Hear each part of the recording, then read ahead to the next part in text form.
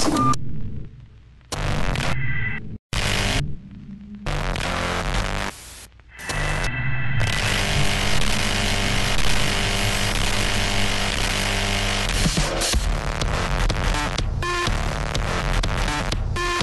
what up? I'm Parks Bonifay. I'm here to talk about some of the features of my 2012 Parks boot.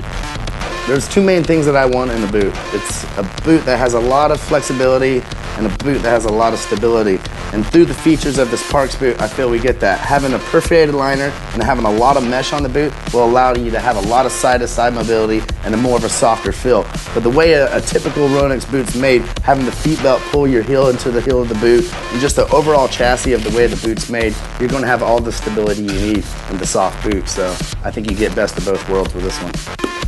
So if you look at the bottom of a Ronix boot, there's two things that we got going on. We got this rad foam, which is really awesome dampening. It allows your foot to not really get heel bruises or anything like that. Another thing is we got double stuff. If you notice that when you stand, if you widen your feet when you stood, you're going to be on the inside of your feet. So we actually pour double foam towards the inside of the boot as your foot sits in the boot like this. So you have more padding towards the inside, giving you more stability. One of the big questions with Ronix boots that I get asked a lot is like, why don't my feet cramp when they're in a Ronix boot? And it's crazy because for years your feet would always cramp in a boot. And the reason why is because we use a last to actually design the way the boot fits around your foot. It's literally mocked to a replica of the way a real foot is. So we can apply a little bit of pressure all over the foot instead of ratcheting down or buckling down really hard in a few spots. So what that does, it allows the blood to circulate through your foot, not go cramped, and it just allows a more comfortable feel all in all. Another key feature with Ronix boots in 2012 is this ripstop material that we have underneath the tongue.